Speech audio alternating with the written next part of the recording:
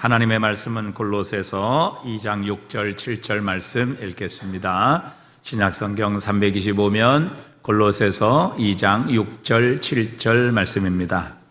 우리 두 절을 다 같이 읽겠습니다. 그러므로 너희가 그리스도 예수를 주로 받았으니 그 안에서 행하되 그 안에 뿌리를 박으며 세움을 받아 교훈을 받은 대로 믿음에 굳게 서서 감사함을 넘치게 하라. 아멘.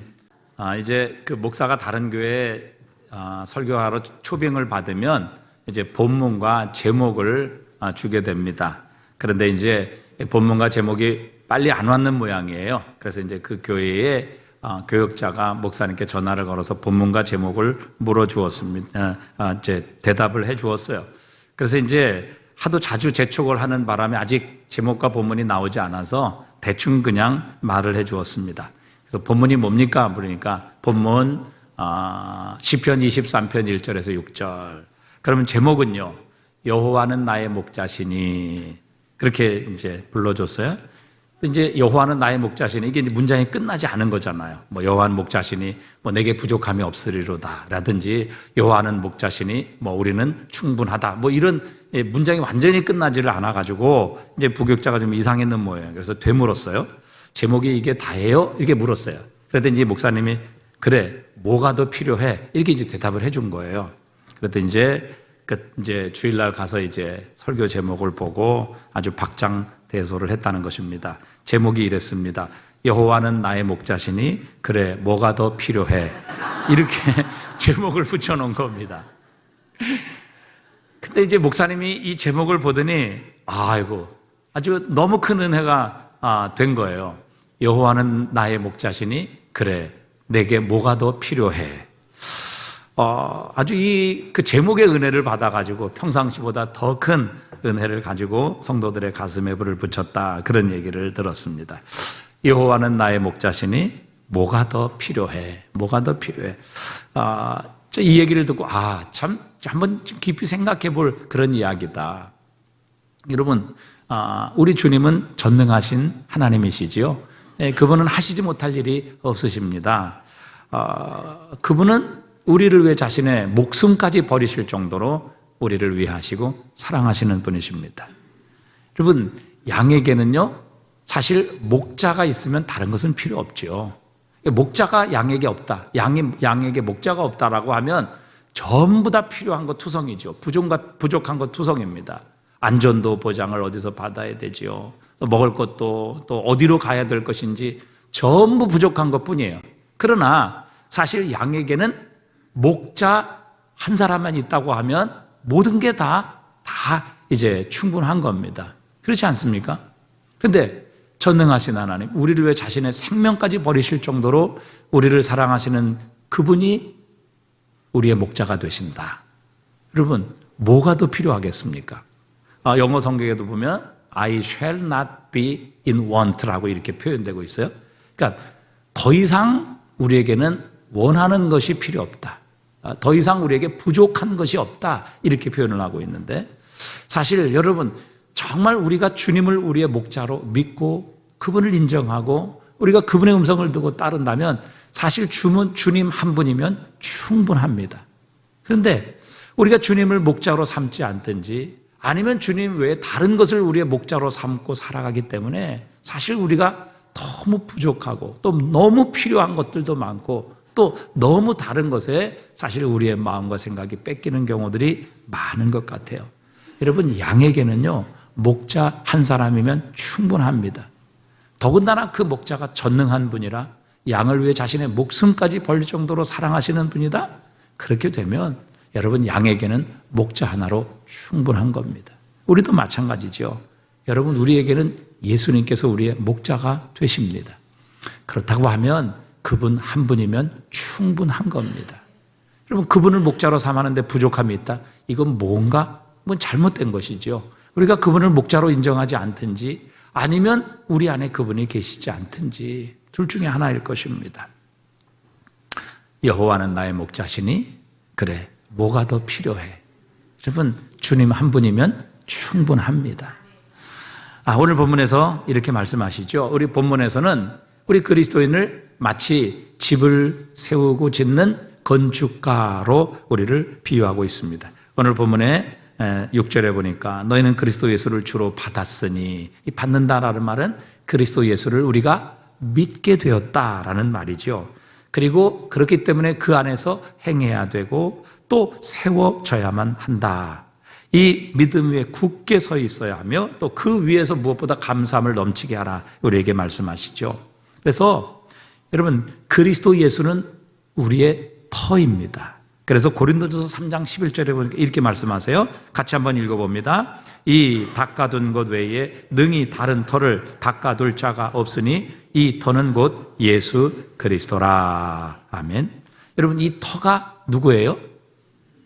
터가 누구예요? 예수 그리스도라 말씀하십니다. 예수 그리스도는 우리의 믿음, 우리의 신앙, 우리의 모든 삶의 터입니다. 여러분, 만약에 남의 땅에다가 건축물을 세웠다? 그건 불법 건축물이 되는 것이죠. 그거는 당장 멸시하고 허물어야, 철거해야 합니다. 마찬가지죠. 여러분, 하나님께서 우리의 구원을 위해 닦아두신 터는 예수 그리스도밖에 없습니다. 예수 그리스도 외에 다른 곳에 우리의 삶을 건축하게 된다면 언젠가는 철거되는 날이 오게 될 것입니다. 그래서 고린도전서 15장 58절에 보면 이렇게 말씀하시죠. 그러므로 내 사랑하는 형제들아, 견실하며 흔들리지 말고 항상 주의 일에 더욱 힘쓰는 자들이 되라. 왜냐하면 이는 너희 수고가 주 안에서 어떻게 되지 않아요? 헛되지 않은 줄 알미라. 주 안에서 열심히 수고하는 일은 헛되지 않은데 왜 그것이 헛되지 않은가? 바로 그리스도 예수라는 터 위에 세워지는 것이기 때문에 그것은 반드시 하나님 앞에 상급과 축복으로 나타나게 될 것이다. 그래서 그리스도 예수 외에 다른 터는 없습니다. 여러분, 그리스도 예수 외에 다른 터에 여러분의 삶을 건축하고 계시다면, 여러분의 욕망 위에, 여러분의 비전 위에, 여러분의 소원 위에, 여러분 지금 우리의 삶을 건축하고 있다면 언젠가는 반드시 철거되는 날이 오게 됩니다. 왜요? 그것으로는 우리의 구원이 이루어질 수 없고 그것으로는 하나님 앞에 설 수 없기 때문에, 그건 다 받는 일에 불법 건축물이 되기 때문에 다 철거되어야 될 그런 일입니다. 자, 그러면 우리는 터만 있으면 되느냐? 이 기초만 가지고 있으면 되느냐? 그렇지 않지요.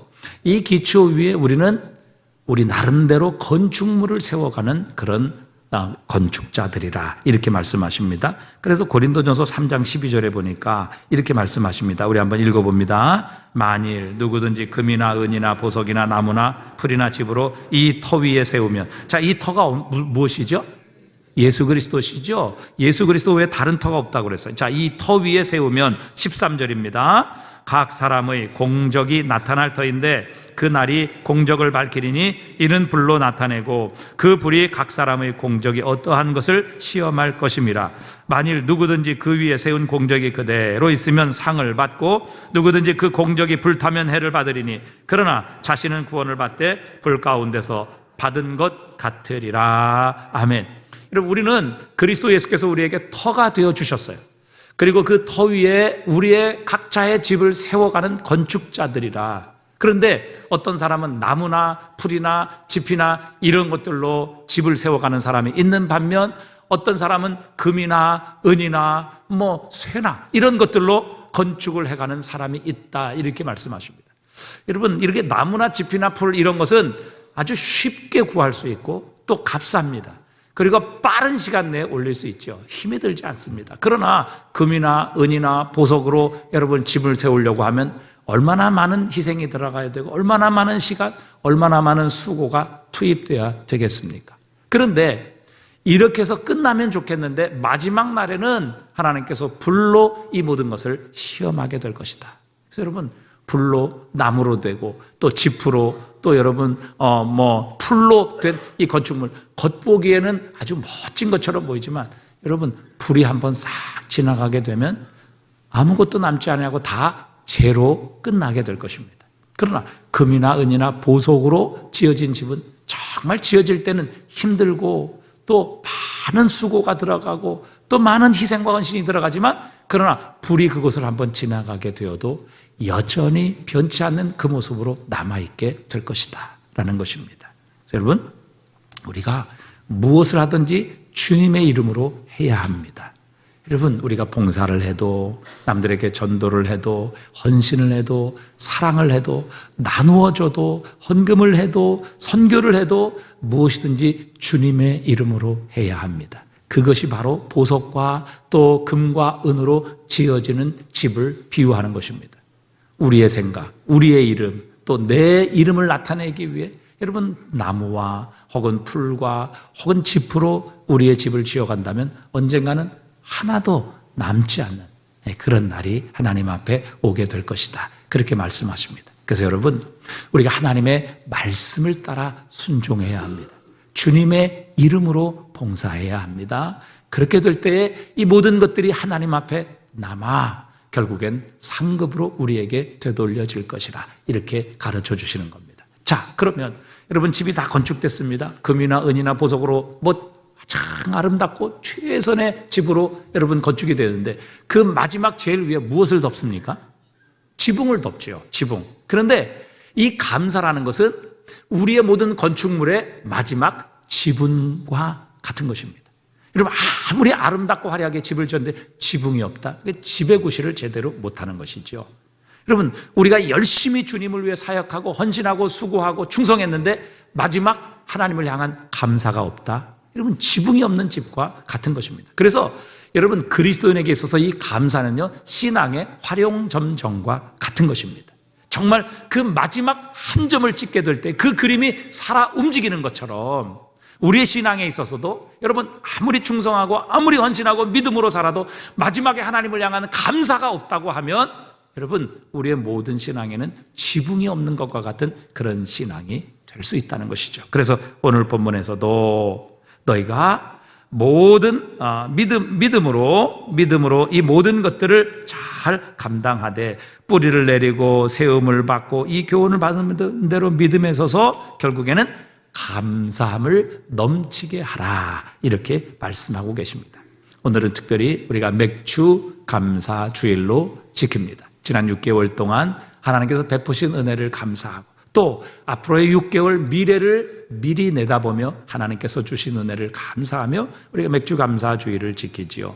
여러분, 우리가 믿음으로 살아가게 될 때 하나님을 기쁘시게 할 수 있습니다. 그래서 믿음이 없이는 기쁘시게 하지 못하나니 하나님께 나가는 자는 반드시 그가 계신 것과 그가 자기를 찾는 자들에게 상 주시는 이심을 믿어야 할지니라. 그러니까 믿음은 하나님을 기쁘시게 하는 겁니다. 그런데요, 감사는요, 이 하나님을 기쁘시게 하는 것을 뛰어넘어 하나님을 감동시키는 능력이 있습니다. 그래서 여러분, 하나님께 감사하면요, 하나님이 감동하십니다. 그러므로 하나님께서 우리의 필요한 모든 것들을 풍성하게 채우시는 은혜가 바로 이 감사에 있다는 것입니다. 그래서 감사를 우리가 하나님의 축복의 문을 여는 열쇠라 이렇게 표현하기도 해요. 여러분, 우리 교회도 들어올 때 비밀번호를 누르고 들어옵니다. 비밀번호를 모르는 외부 사람은 교회 들어올 수가 없어요. 마찬가지죠. 여러분, 하나님께서 주시는 축복도요, 비밀번호를 누르면 축복의 문이 열리게 되는데 그 비밀번호가 무엇인가? 바로 감사라. 그래서 감사로 제사를 드리는 자가 나를 영화롭게 하나니 그렇게 말씀하고 계십니다. 자, 그러면 우리가 여러분, 이 세상과는 달리, 세상은 그렇잖아요. 조건적이고 환경이 이루어져야 되고 또 내가 원하는 소원이 이루어져야 감사하는데 여러분, 그리스도인의 감사는 그렇지 않아요? 범사의 모든 일에 어떤 상황에서도 감사하라 이렇게 말씀하시는데 왜 우리는 이 범사의 모든 일에 감사할 수 있는 자가 될 수 있는가? 그 첫 번째 이유는요, 하나님께서 우리를 새로운 피조물로 만드셨기 때문입니다. 그래서 하나님께서는 우리를 새로운 신분으로 만들어 주셨죠. 우리의 지은 죄로 인하여 하나님의 저주와 심판의 대상에서 이제는 하나님의 복을 받는 하나님의 자녀의 신분으로 우리를 바꾸어 주셨어요. 그래서 누구든지 그리스도 예수를 믿는 자, 예수 그리스도를 영접하는 자에게는 하나님의 자녀가 되는 권세를 주셨다. 그래서 여러분, 그리스도 예수를 믿을 때 하나님께서 우리를 새로운 피조물로 거듭나게 하셔서 우리의 신분을 바꾸어 주십니다. 우리의 소속도 바꾸어 주시죠. 더 이상 우리는 세상의 살지만 세상에 속한 자가 아니라 하나님 나라에 속한 하나님의 백성입니다. 또 우리의 능력이 달라집니다. 그리스도 예수 안에 붙어 있을 때 예수 그리스도의 능력, 예수 그리스도의 은혜가 우리와 함께 하시는 것이죠. 그래서 우리는 능력이 달라집니다. 또 우리의 주인도 바뀌게 되었죠. 여러분, 무엇보다 하나님께서는 우리를 새로운 피조물로 만드셨을 때 우리의 생각까지도 바꾸어 주셨습니다. 그래서 여러분, 감사라는 것은요, 사실 생각의 변화입니다. 시각의 변화입니다. 관점의 변화입니다. 똑같은 상황도요, 우리의 생각이 바뀌고요, 시각이 바뀌고 관점이 바뀌면 여러분, 다른 해석이 우리에게 나오게 되는 것입니다. 여러분, 우리가 이 세상을 살아가면서요, 선인도 있고 악인도 있습니다. 예수 믿지 않는 사람도 있고 예수 믿는 사람도 있는데요, 사실 고난의 빈도는 모두에게 다 비슷합니다. 여러분, 선한 사람이라고 해서 고난이 없고요, 또 악한 사람이라고 해서 매일 고난이 있습니까? 그렇지 않아요. 선한 사람이나 악한 사람이나 이 땅을 살아가는 동안 이 고난의 빈도는 거의 비슷하게 임합니다. 마치 마태복음 5장 45절에 보면 이같이 한즉 하늘에 계신 너희 아버지의 아들이 되리니 이는 하나님이 그 해를 악인과 선인에게 비추시며 비를 의로운 자와 불의한 자에게 내려주심이라. 일반 은총 가운데서는요, 사실 하나님께서 빛을 비추시되 악인에게는 다 구름으로 가리시고 그래서 농사도 안 되게 하시고 얼굴도 거무틱틱하게 하시고 이렇게 하지 않아요. 하나님의 일반 은총 가운데서는 하나님께서는 햇빛을 비추시되 악인에게도 비춰주시고 그래서 악인의 곡식도 자라게 하시고 또 비도 선인에게만 내리는, 착한 사람에게만 내리는 것이 아니라 비도 착한 사람, 악한 사람에게 다 내리게 하셔서 그것을 통해 우리의 생명이 유지되고 그렇게 연장될 수 있도록 하나님께서 허락하시는 거죠. 그러니까 일반 은총 속에서는요, 우리 예수를 믿는 사람이나 믿지 않는 사람이나 또 악인이나 선한 사람이나 고난의 빈도는 거의 비슷해요. 하지만 믿음의 사람에게는 새롭게 생긴 것이 있는데 생각의 변화입니다. 관점의 변화입니다. 여러분, 믿음의 사람에게는요, 모든 우리의 삶의 해석이 달라지는 변화가 일어나게 됩니다. 자, 우리가 잘 아는 로마서 8장 31절 우리 한번 다 같이 읽어보겠습니다. 그런즉 이 일에 대하여 우리가 무슨 말하리요? 만일 하나님이 우리를 위하시면 누가 우리를 대적하리요? 자기 아들을 아끼지 아니하시고 우리 모든 사람을 위하여 내주시니가 어찌 그 아들과 함께 모든 것을 우리에게 주시지 아니하겠느냐. 아멘. 여러분, 우리에게 이런 자신감이 있다는 것이죠. 하나님께서 우리를 위하신다. 전능하신 하나님께서 우리를 위하시되 우리를 위하여 자기의 하나밖에 없는 독생자까지 내어주셨는데 그 우리를 위해서 이런 위대한 놀라운 일, 이런 최고의 희생을 하신 하나님께서 우리를 위해서 무엇인들 하시지 못하시겠느냐. 이런 자신감이 하나님의 자녀에게는 있다는 사실입니다. 그리고 하나님께서는 모든 것을 합력하여 선을 이룰 능력을 가지고 계십니다. 그래서 우리는 항상 어떤 상황에서도 감사할 수 있는 해석의 능력이 우리의 삶에는 주어지게 된 것입니다. 여러분, 그런 얘기 들어보셨을 거예요. 1991년에 일본의 아오모리현에 아주 큰 태풍이 임했습니다. 그래서 그 태풍 때문에 사과의 90%가 떨어졌어요. 이 아오모리에는 사과가 아주 유명한 그런 지방이거든요. 그런데 태풍 때문에 농사지었던 사과가 이제 거의 출하될 시기에 태풍으로 인해서 여러분 90%가 다 떨어졌어요. 여러분, 모든 사람들이 망연자실하고 낙심하고 있었습니다. 이제는 한 해에 우리의 농사가 다 망쳤다, 그렇게 실망하고 있었어요. 그런데 그 마을 사람 중에 한 사람, 오직 감사하는 사람이 있었어요. 그래도 태풍으로 말미암아 우리가 이렇게 큰 손해를 입었지만 다 떨어지지 않고 그래서 10%는 남지 않았느냐, 이 얼마나 감사하냐, 이렇게 이 사람은 이 자신의 환경, 이 위기와 고난의 환경을 해석하게 된 겁니다. 근데 그렇게 감사하기 시작하니까 여러분, 이 사람에게 아이디어가 떠오르게 되었어요. 그렇게 강력한 태풍에 모든 사과가 다 떨어지고 뭐 사과뿐만 아니라 과일은 다 떨어질 수밖에 없었죠. 그런데 그 강력한 태풍에도 떨어지지 않는 10%의 사과가 남은 거예요. 그래서 그 사과의 이름을 이렇게 붙였어요. 어떤 태풍에도 떨어지지 않는, 어떤 상황에도 떨어지지 않는 사과. 이래서 합격 사과라, 이렇게 이름을 붙였습니다. 그랬더니 여러분, 일본도 우리나라처럼 아주 입시의 열풍이 보통이 아니거든요. 그러니까 입시를 앞둔 학부모들이 그 소식을 듣고 그 사과를 찾기 시작했어요. 여러분, 이 자녀들의 대학 합격을 위해서라면 부모들이 하지 못할 게 없죠. 수백만 원을 주고 과외도 하지 않습니까? 그런데 어떤 태풍에도 떨어지지 않는 사과, 어떤 상황에서 떨어지지 않는 합격 합격 사과라고 하니까 여러분 우리 뭐 대학 시험에 보면 부모들이 뭐 학교 가가지고 정문에다가 엿도 붙여놓고 뭐 떡도 붙여놓고 그 앞에서 기도도 하고 뭐 별의별 사람 다 있잖아요. 그런데 이 사과 먹으면 절대 떨어지지 않습니다. 합격 사과 이래가지고 파니까 부모들이 그 모든 사과를 그 소식을 듣고 그 사과를 구입하기 시작했는데 날개도치 팔렸어요. 그래서 이 합격 사과를요 보통 사과의 10배를 받고 팔았어요. 가격의 10배. 그런데 여러분 그 하나 자녀의 합격을 위해서라면 부모가 해주지 못할 게 없어요. 10배를 주고 그거 다 샀어요. 완판되었습니다. 그랬더니 어떻게 됐어요? 90% 떨어진 거 다 손에 메꾸고 그 한 해에 농사가 성공하게 된 겁니다. 여러분 생각해 보세요. 90% 다 떨어졌다. 이제 우리 완전히 망했다. 이렇게 낙심하고 그렇게 만들었던 태풍을 원망했다면 진짜 그 해의 농사는 완전히 망했을 겁니다. 그런데 이 사람은 감사했거든요. 야, 10% 남았다. 그리고 그 10% 남았다는 감사로 인해서 이 사람이 새로운 아이디어를 또 갖게 되었어요. 그래서 이 강력한 태풍에도 떨어지지 않는 이 사과, 이것을 가지고 좀 장사를 해야 되겠다. 이래가지고 결국 감사를 통해서 새로운 아이디어, 새로운 해석을 갖게 되었고 그 새로운 해석으로 말미암아 그 해의 농사도 성공하게 되었던 것입니다. 여러분, 상황은 모든 사람에게 똑같잖아요. 태풍 때문에 90% 떨어졌고 지금 거의 망하게 되었다. 그런데 감사는요, 해석이 다른 겁니다. 똑같은 상황도 해석이 다르면요, 전혀 다른 상황으로 우리의 삶이 바뀌게 되는 것입니다. 그래서 여러분, 감사는요, 해석의 능력이에요. 우리의 상황을 어떻게 해석하느냐 하는 능력에 따라요, 감사도 될 수 있고 불평도 될 수 있는 거예요.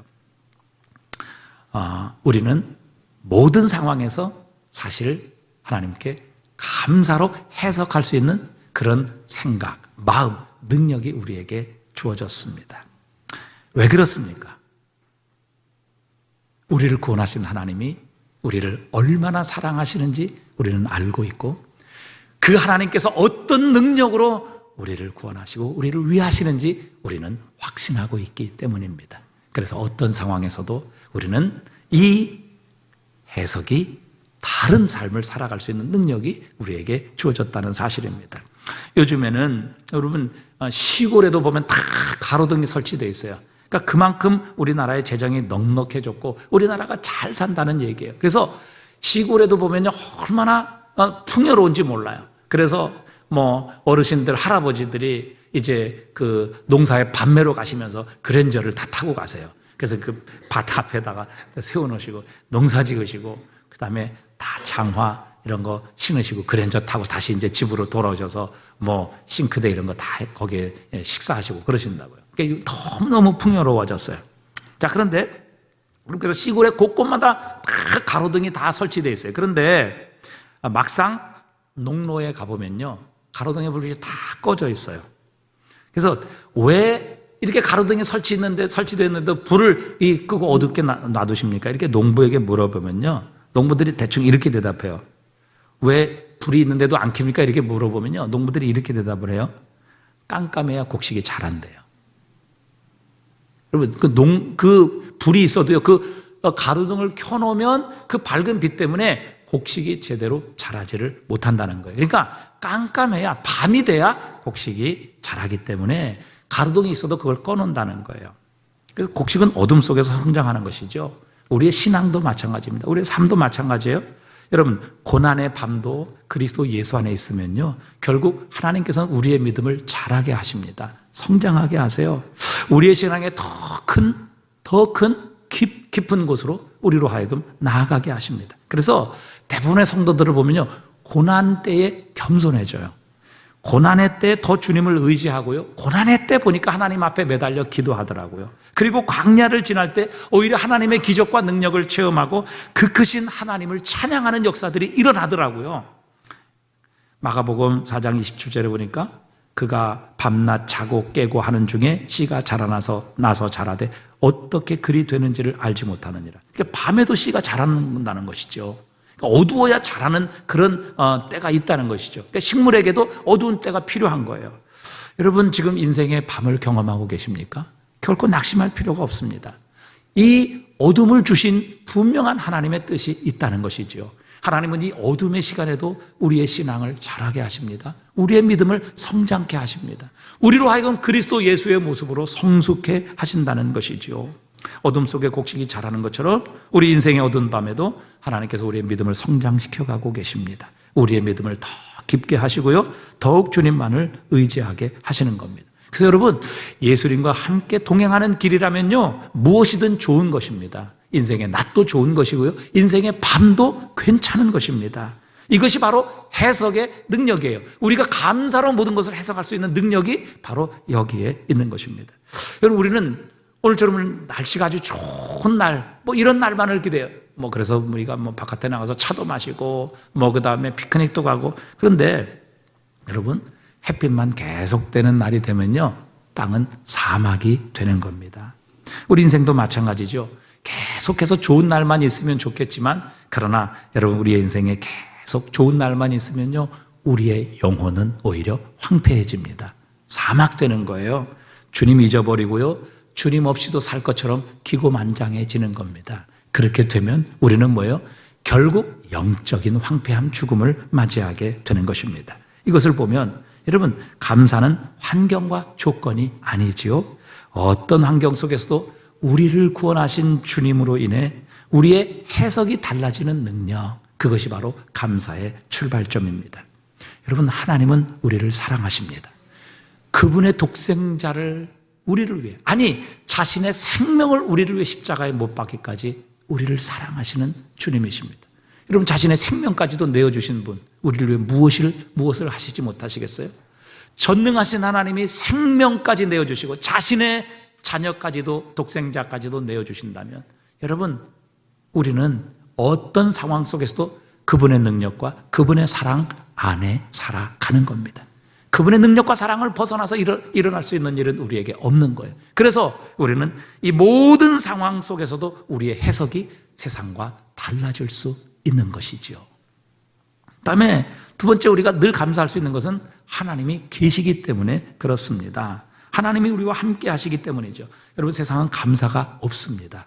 감사를 모릅니다. 혹은 자신의 소원이 이루어졌을 때 그냥 감사하다 이렇게 생각할 뿐이지 구체적인 감사의 대상이 없습니다. 그런데 여러분, 연예인들 혹은 대상받은 사람들의 고백 가운데 감사합니다, 감사합니다 이런 고백들을 들어보면 다 뭐예요? 신앙인들입니다. 예수 믿는 사람들의 감사예요.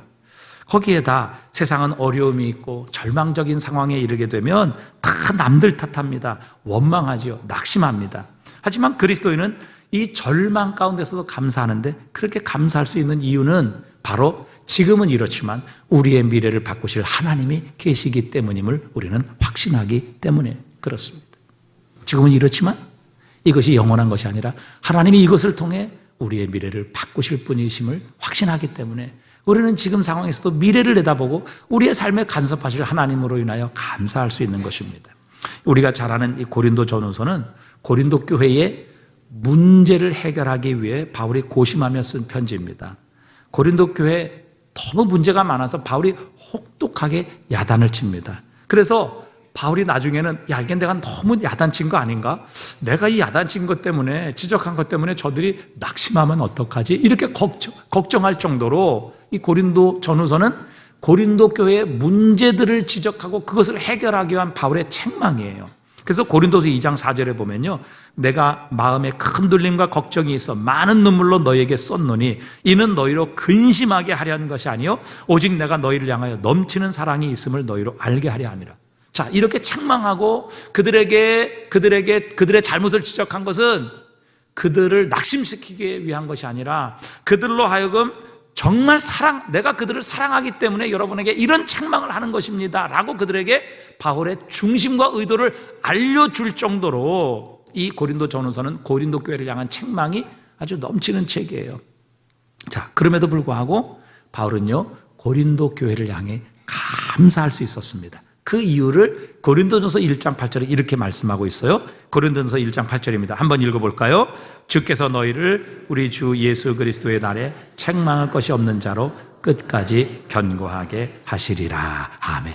그러니까 지금은 이 고린도 교회가 문제가 많아요. 자신이 가진 지식 때문에, 자신이 가진 은사 때문에 서로 자랑하고 자기의 이름 내려고 하고, 그 다음에 당을 파를 나눠서 나는 아볼로파, 게바파, 나는 뭐 바울파 이래가지고 서로 교회 안에 분열이 있고 다툼이 있고 이런 문제가 많은 교회였지만, 그러나 바울은 감사하고 있는데, 왜? 주께서 너희를 우리 주 예수 그리스도의 날에 책망할 것이 없는 자로 끝까지 견고하게 하실 주님 때문에 바울은 지금 이 문제와 어려움이 있는 교회로 인하여도 여전히 감사할 수 있었던 것입니다. 여러분, 우리가 어떤 상황 속에서도 낙심하지 않고 절망하지 않을 수 있는 것은 바로 우리의 삶 속에 하나님이 계시기 때문입니다. 그러나 우리의 삶 속에 하나님이 계시지 않다면 여러분, 우리는 절망하고 낙심할 수밖에 없는 환경이 처하게 되면 우리도 여전히 세상과 전혀 다를 것이 없습니다. 여러분, 우리의 삶에 전능하신 하나님이 계시다는 것을 우리는 늘 계산에 넣어야 합니다.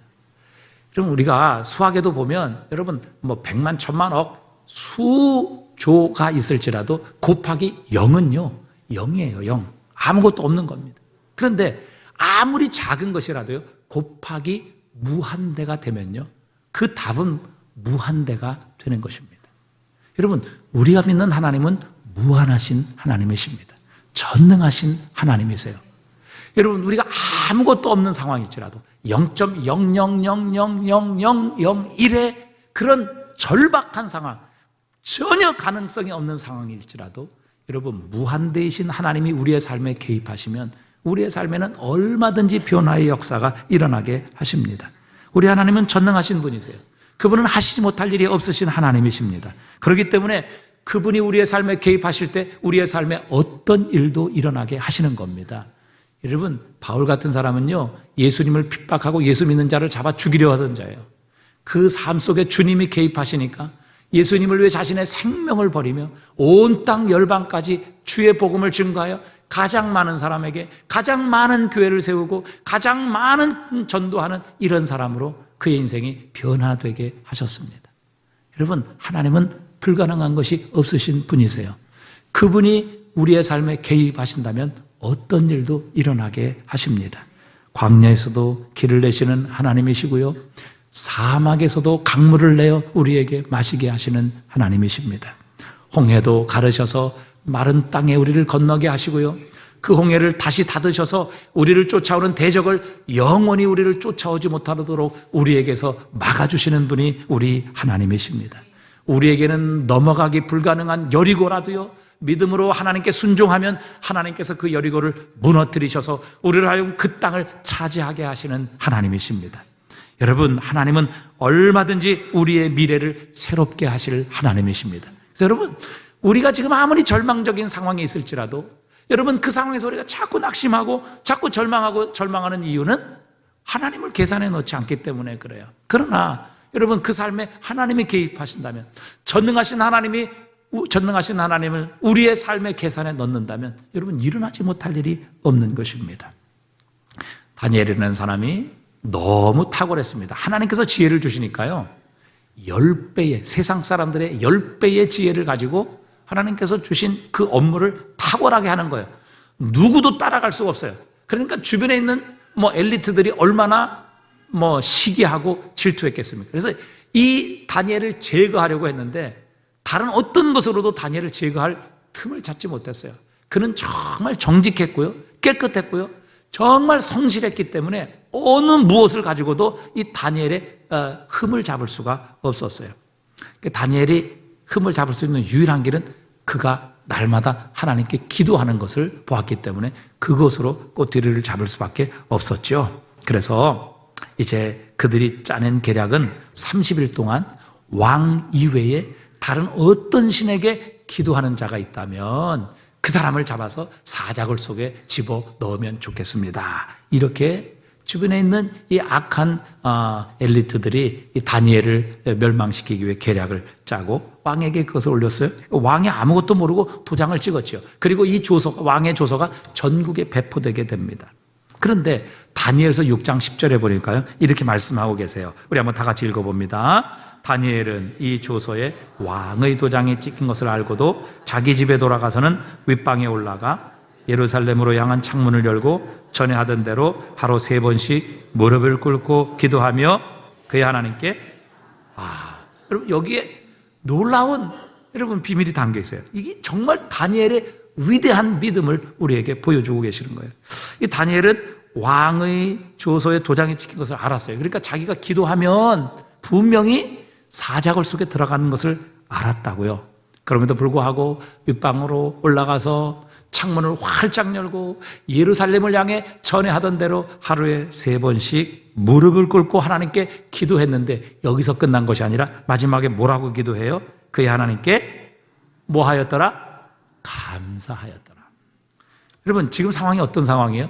기도하면 사자굴 속에 들어가는 거예요. 여러분 수십 마리 사자, 굶주린 사자에 던져지면요 나중에 이 다니엘을 모함했던 사람이 그 대신 들어가게 되죠. 떨어지기도 전에 사자들이 잡아먹었다고 그래요. 근데 자신이 사자굴 속에 들어가는 것을 알고서도 어떻게 다니엘은 하나님께 감사하며 기도할 수 있었을까 하는 것이죠. 그것은 바로 만군의 하나님 여호와께서 자신의 미래에 행하실 일을 그는 깨달았기 때문입니다. 자신이 사자굴 속에 들어간다 할지라도 하나님께서는 그 사자들의 입을 막으셔서 자신의 머리털 하나 상하지 않게 하실 하나님이시라는 것을 그는 믿었기 때문이죠. 아니 그렇게 하지 않으실지라도 자신이 만약 사자의 밥이 되게 하실지라도 오히려 하나님은 이곳보다 더 좋은 것, 더 아름다운 것, 더 영원한 하나님의 나라로 데려가실 것을 믿었기 때문에 이런 위기 가운데서도 하나님 앞에 감사할 수 있었던 것입니다. 여러분 지금의 상황이 어떻습니까? 사자굴 속에 들어갈 것 같으십니까? 아니면 조금 있으면 내 삶이 이렇게 완전히 사자굴에 들어가는 것처럼 끝장날 것 같습니까? 여러분 하나님은 우리의 미래를 바꾸실 수 있는 분이십니다. 얼마든지 우리의 앞길을 새롭게 하시고 여시고 만드시고 닫으시고 새롭게 하시는 하나님이시라는 사실입니다. 그렇기 때문에 여러분 바로 이 위기 가운데서도 다니엘이 감사할 수 있었던 것은 자신의 지금 현재가 아니라 미래의 자신의 삶을 바꾸실 하나님을 믿고 확신했기 때문입니다.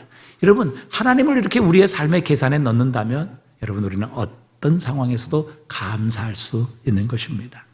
맥추절은 6월절 이후에 50일째 되는 날입니다. 그래서 밀과 보리를 추수해서 하나님께 감사하는 절기지요. 그래서 우리가 6월절 또 이제 오순절이라고 하는 77절, 맥추절, 그다음에 마지막 수장절, 장막절, 초막절 이 세 절기를 이스라엘의 3대 절기라 이렇게 부르는 것입니다. 자, 그런데 이 맥추절은 우리나라 양력으로 치면 6월달, 7월달 정도 됩니다. 우리가 오늘 7월 2일인데 바로 지금 지키는 절기가 바로 맥추 감사 절기입니다. 여러분 이스라엘 백성들이 하나님께 이 맥추절을 지키며 감사한 것은요 단지 밀과 보리를 추수했기 때문에 감사한다 그런 의미에 갇혀 있지 않습니다. 여러분 생각해 보세요. 밀과 보리를 추수하려면요 자신들의 땅이 있어야 됩니다. 그리고 무엇보다도 자신들이 종이 아닌 자유인이 되어야 합니다.